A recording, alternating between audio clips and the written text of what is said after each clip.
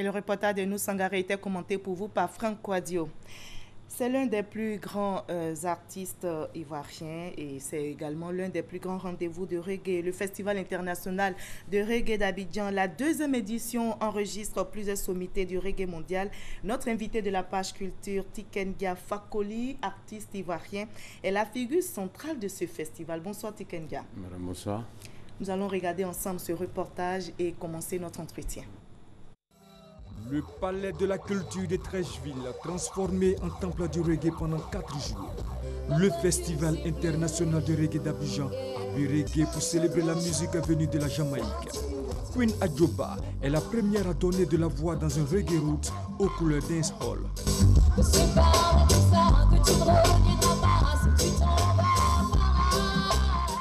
Une deuxième participation fort appréciée par l'artiste chanteuse. Pour ma seconde participation, c'est vraiment j'apprécie et le public était chaleureux, le public a répondu favorablement à mes attentes. Mamadou Koko Dambélé apporte la note reggae roots d'Ogon du Mali. Le reggae man est révélé grâce à l'émission Première Gamme de la RTI, dénonce les pseudo-démocraties sur le continent. Avec le vent Africa, on dit qu'il y a la démocratie. On croit qu'il faut faire comme les autres. Sanabob, venu du pays des hommes intègres, Burkina Faso, Jim Kamson et Larry Shek de la Côte d'Ivoire ont tour à tour fait vibrer le petit public de l'espace L'Oiseau Libre.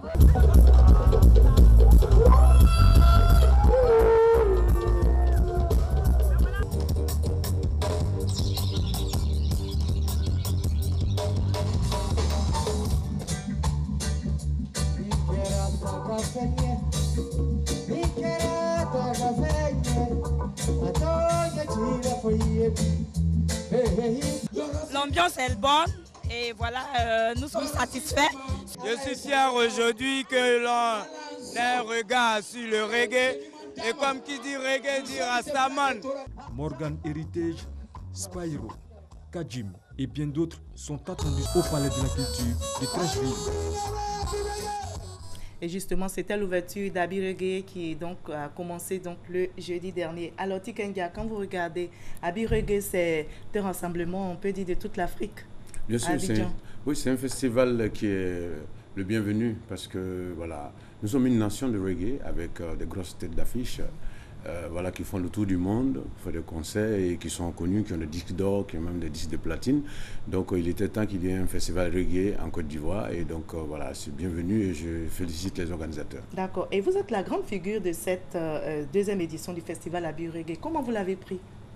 Mais avec un grand honneur parce que voilà, ça fait longtemps que je n'avais pas joué. Parce que l'année dernière, vous n'étiez pas là. Je n'étais pas là parce que c'est une manière peut-être de rattraper aussi. Non, j'étais simplement en tournée. Mon programme ne me permettait pas d'être là, mais il y avait d'autres têtes d'affiche qui étaient là. Donc moi, je suis content d'être là cette année et j'invite tous les fans à venir tout à l'heure à 1h du matin. Parce que justement, vous allez donner un concert tout à l'heure. Alors, parlons du reggae, puisque c'est de cela qu'il s'agit. Comment vous le définissez? Le reggae, c'est la musique des sans-voix. C'est la musique d'éveil de conscience. Et je pense que l'Afrique a besoin du reggae aujourd'hui. Vous savez, Bob Marley a dit dans une de ses interviews, il y a 35 ans, il a dit qu'un jour, le reggae vient retourner à la source. Et quand Bob parle de la source, il parle de l'Afrique. Et il a dit surtout que quand le reggae sera à la source, le reggae prendra sa vraie place. Et quand vous voyez aujourd'hui l'implication des artistes reggae par rapport à leur message dans l'actualité sociopolitique, voilà, ça veut dire que cette prophétie s'est réalisée. Donc voilà, le reggae, c'est la musique qui a toujours pris position pour les sans-voix. C'est pourquoi, quelquefois, il y a des prises de position des artistes reggae. Les gens disent, mais lui, là, il n'a qu'à aller chanter, il n'a qu'à les... Le problème, c'est que c'est depuis Bob Marley que ça a commencé. Justement, il est donc celui qui a promu le reggae. Nous allons voir juste un bout de cette musique de Bob Marley. Comme on vous le disait tout à l'heure, le reggae, c'est une musique d'engagement, de combat, de libération et de liberté des peuples. Je peux ajouter cela? Bien sûr. Et pourquoi? Pourquoi c'est une musique de libération, de liberté des peuples? Donc, vous savez, la Jamaïque est un pays qui est peuplé de descendants d'esclaves. Donc, à un moment, il a fallu que les gens trouvent un moyen pour s'exprimer. Et donc, voilà, d'où la création du reggae par des gens comme Bob Marley, D'abord, voilà, et ils avaient des gens qui les soutenaient, enfin, par lesquels ils s'inspiraient, comme Marcus Garvey. Et donc, je pense que tous les peuples qui ont besoin de se libérer ont besoin du reggae. Et je pense que c'est la voie, c'est vraiment le reggae aujourd'hui, pour l'Afrique, je peux dire que c'est la branche musicale de la société civile. Et Bob Marley vous inspire dans toutes vos productions, vous, Tiken Jah? Nous, on essaie simplement de continuer le combat commencé par Bob Marley. Hein, et donc, voilà, nous, on trouve qu'aujourd'hui, l'Afrique a besoin de s'exprimer. Et en Afrique, pour réveiller les peuples à défendre leurs droits, mais aussi dans le monde entier pour parler de cette vraie Afrique qui n'est pas connue. Parce que l'Afrique, ce n'est pas seulement les guerres. À l'extérieur, c'est ce qu'on dit. Hein. On dit aux gens que l'Afrique, ce n'est pas les guerres, que l'Afrique, c'est tout simplement dans un processus normal. Un continent qui sort de 400 ans d'esclavage et de plusieurs années de colonisation. Donc on a besoin de temps.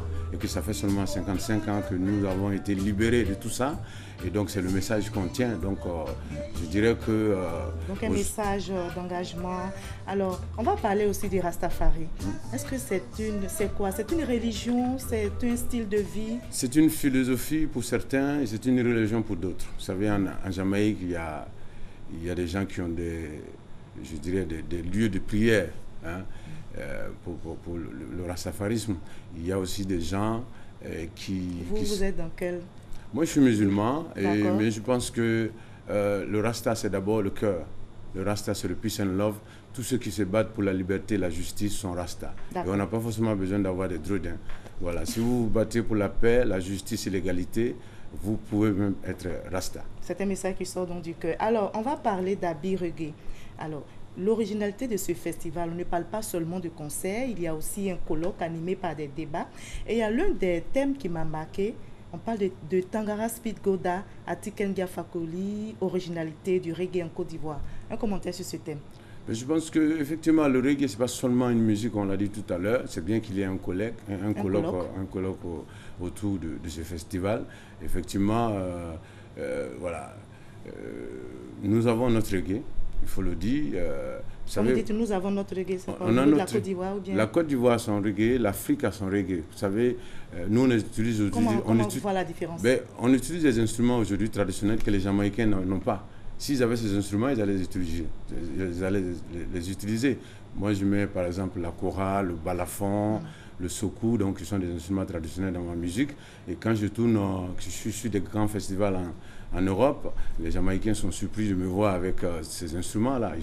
Ils aiment bien entendre ces instruments-là dans ma musique. Et donc, je pense que nous avons notre reggae. Et ce festival-là est vraiment venu pour renforcer notre position au niveau mondial. Et on voit également cette diversité, donc la richesse. La richesse. Et il y a quelque chose de particulier aussi, c'est que ce festival-là rassemble plusieurs règlements venus de plusieurs pays. Oui, il y a des Éthiopiens, il y a des règlements éthiopiens qui sont là, des Burkinabés, des Maliens.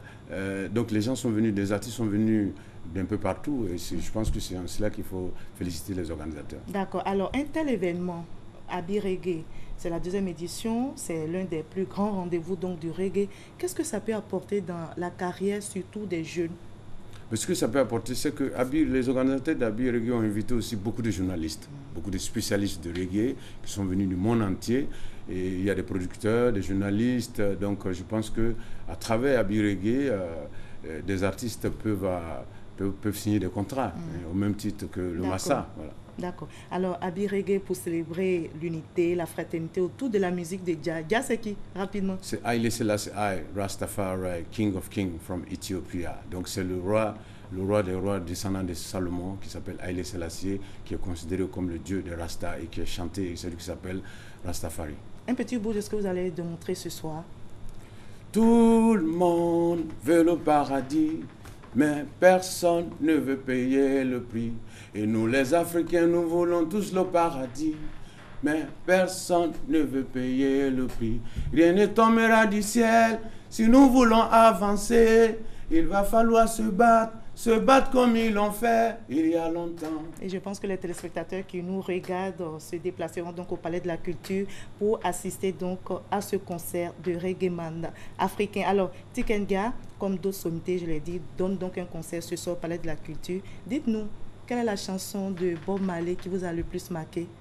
Moi, je pense qu'il y en a beaucoup. Hein. Il y a d'abord Africa Unite, qui parle de l'unité africaine. Parce qu'aucun pays africain ne pourra s'en sortir tout seul. C'est l'Afrique unie, 54 pays, qui va gagner tous les combats. Le combat économique et le combat politique. Donc, c'est une chanson qui est encore d'actualité. Les Africains doivent se rapprocher et on verra. Vous savez, les États-Unis, c'est 50 ou 52 États. L'Union européenne, c'est 27 ou 28. Nous sommes 54 et nous avons toutes les richesses dont les pays occidentaux ont besoin pour continuer le développement. Si nous sommes ensemble, nous allons gagner tous les combats. Donc cette chanson-là, Africa Unite de Bob Marley, est encore d'actualité. D'accord. Alors donc, nous allons vous proposer juste une chanson et pour boucler donc cette page culture, la rédaction donc de RTI1 vous propose donc de terminer cette page culture avec cette musique de Bob Marley. Merci à vous tous de nous avoir suivis.